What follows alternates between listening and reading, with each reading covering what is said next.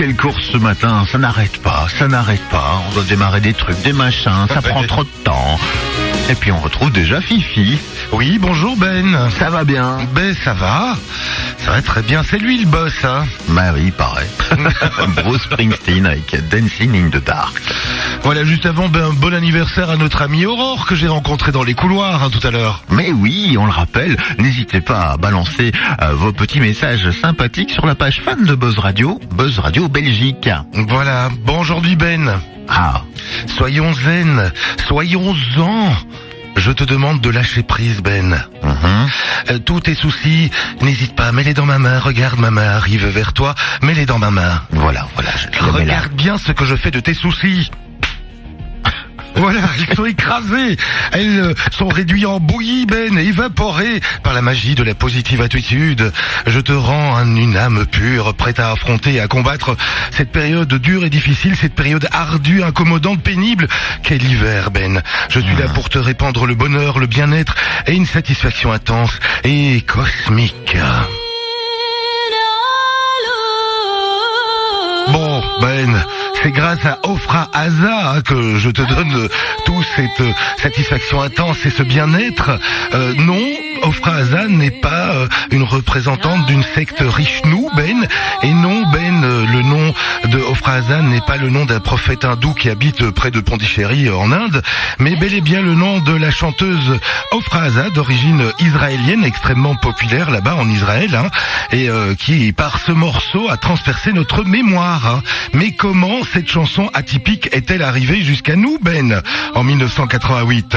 Bonne question. Bon, Ben, Ofra Haza débute sa carrière solo au tout début des années 80 et même en 1978, pour être précis, où elle a fait une apparition télévisée remarquée avec la chanson que vous entendez derrière d'ailleurs, hein, une version originale. Sa musique mélange souvent des inspirations traditionnelles et modernes. Cela lui vaut une belle reconnaissance dans son pays qu'est l'Israël. Et ça va jusqu'en 1983, Ben, où on lui propose de représenter l'Israël au fameux concours Eurovision de la chanson européenne, donc. Et elle termine deuxième quand même du concours, hein, derrière une Corinne Hermès, gagnante, qui a représenté le Luxembourg.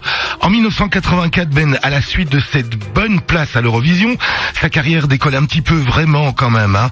Elle enregistre un album qui relate des recueils de poèmes du XVIIe siècle, hein, sur des musiques yéménites traditionnelles, et un projet ambitieux qui lui tient à cœur, puisque elle fait écho à ses racines et à son folklore, hein.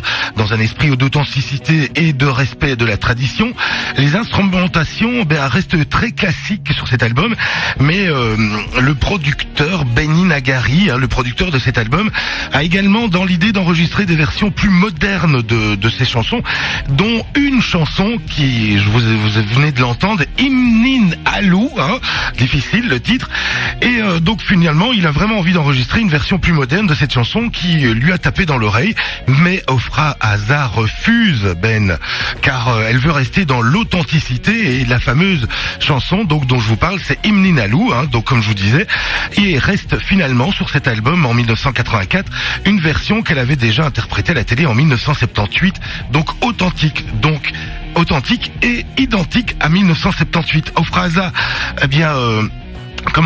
sort cet album et le vend bien. Ça marchouillote un tout petit peu en Europe, par-ci par-là. Elle essaye de développer sa carrière à l'international. Et finalement, elle surfe un petit peu sur la vague de l'Eurovision. Mais cela s'essouffle vite, Ben. Et 3 ans plus tard, en 1987, Ofra Haza découvre en Europe que son titre, Imnin Alou, a fait du chemin sans elle. Et a été samplé, hein, donc sur plusieurs remix de DJ, et sa cartonne sans elle. Et bien donc Ben, Ofra Haza, elle est furax, car ce titre c'est le sien et on lui vole, c'est tout simplement honteux et scandaleux. Elle est irritée par ce vol de cette chanson et par cette utilisation frauduleuse de sa chanson, et elle décide avec son producteur de sortir son propre remix en titre.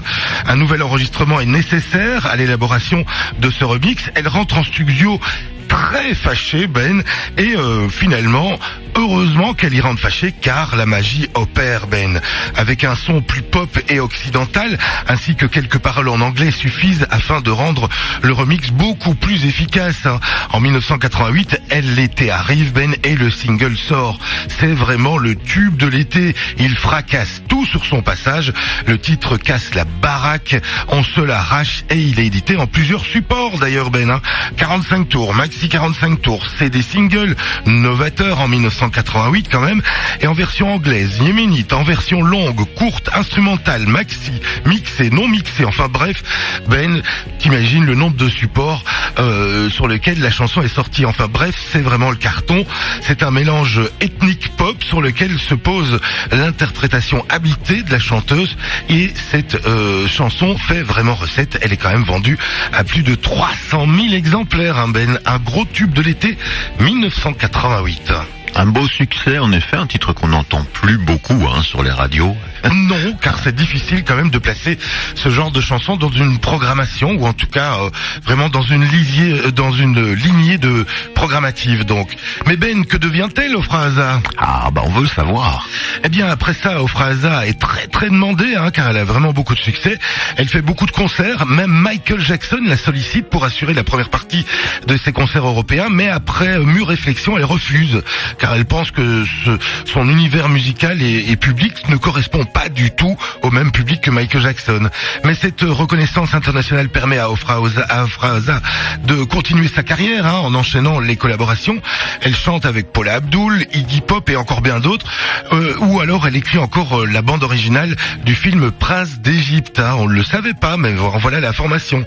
C'était en 1997. En 1997, elle reprend à nouveau son titre phare que vous entendez. Ce sera un dernier album éponyme, mais elle est hospitalisée, Ben, jusqu'en 2000 même. Elle est restée quand même 3 ans hospitalisée, et elle succombe à la maladie le 23 février de la même année. Bon, ok, ça c'est moins drôle. C'est moins drôle, oui, mais bon, son morceau continue d'être repris, il samplé depuis son décès par entre autres Snoopy Dogg. Oui, je pensais au dessin animé, mais bon, ça n'a rien à voir. Par Snoop Dogg et Madonna aussi. Et puis Ben, une bonne nouvelle en France, Hélène Séguéra en a fait une adaptation en français. Allez écouter ou pas sur un album qui s'appelle Mon pays c'est la terre en 2008. En voilà une bonne nouvelle. Ah là, on est content de le savoir. Oui, c'était la petite cerise sur le gâteau côté informatif. Bon, voilà, on a fait le tour de cette petite chronique. On va écouter cette fameuse version remixée du titre, donc celui qu'on a nous dans l'oreille évidemment. Tout à fait, parce que la version que vous avez pu entendre en début de chronique, c'était la version originale qu'elle avait chantée à la télé en 1978.